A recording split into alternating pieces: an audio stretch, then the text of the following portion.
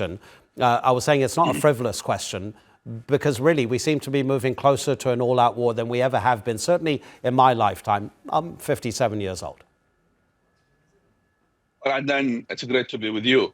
That is the point Netanyahu was planning to in the last 20 years. He wanted to be face-to-face to Iran.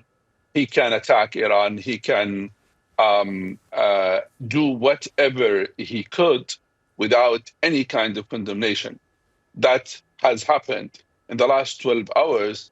More than 300 aircraft, Israeli airjet, basically attacked Iran, which means basically 50% of what Israelis have of their fighters. If you allow me just to put a few things in the context quickly.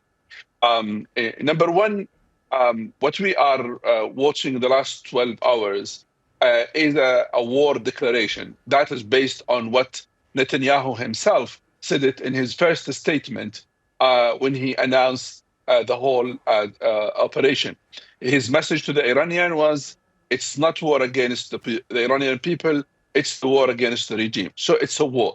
Number two, Israeli plan was clear from day one of what's so-called, the post-7th of October, that they have to hit the snake, and the snake to them is Iran. So the aim was from the beginning is attack all nuclear facilities. But what we watch today is actually a different game, which is basically hitting the military personnel.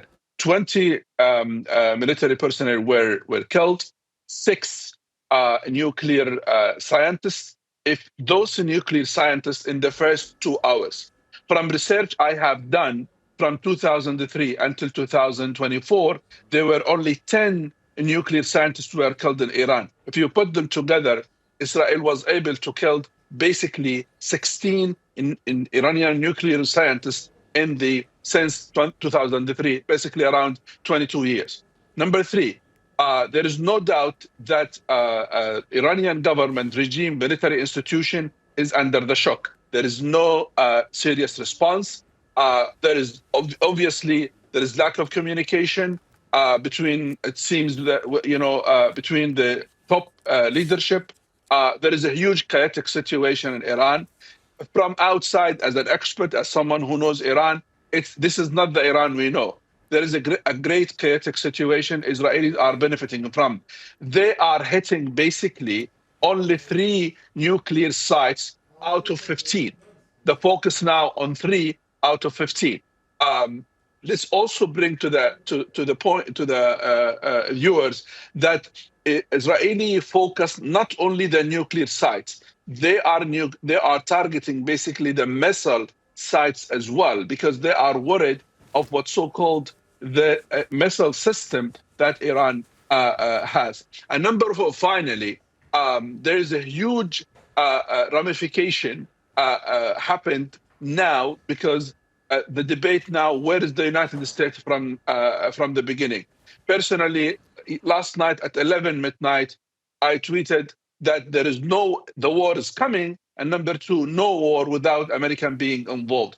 Personally, I believe American is involved in terms of intelligence, in terms of providing expertise, and also, I would say, continuation of this operation. Israelis will not be able to continue this operation unless the United States provide support. And finally, without the support of the neighboring of Iran, Israel also would not be able to do what they are doing now.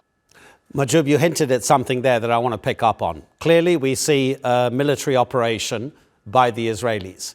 Is that military operation going in conjunction with that call, that hint? He's done it before, Benjamin Netanyahu, calling on the Iranian people to force a regime change themselves. In other words, does the Israeli military believe that with this action, it can also open a space for those people in Iran that don't like their government?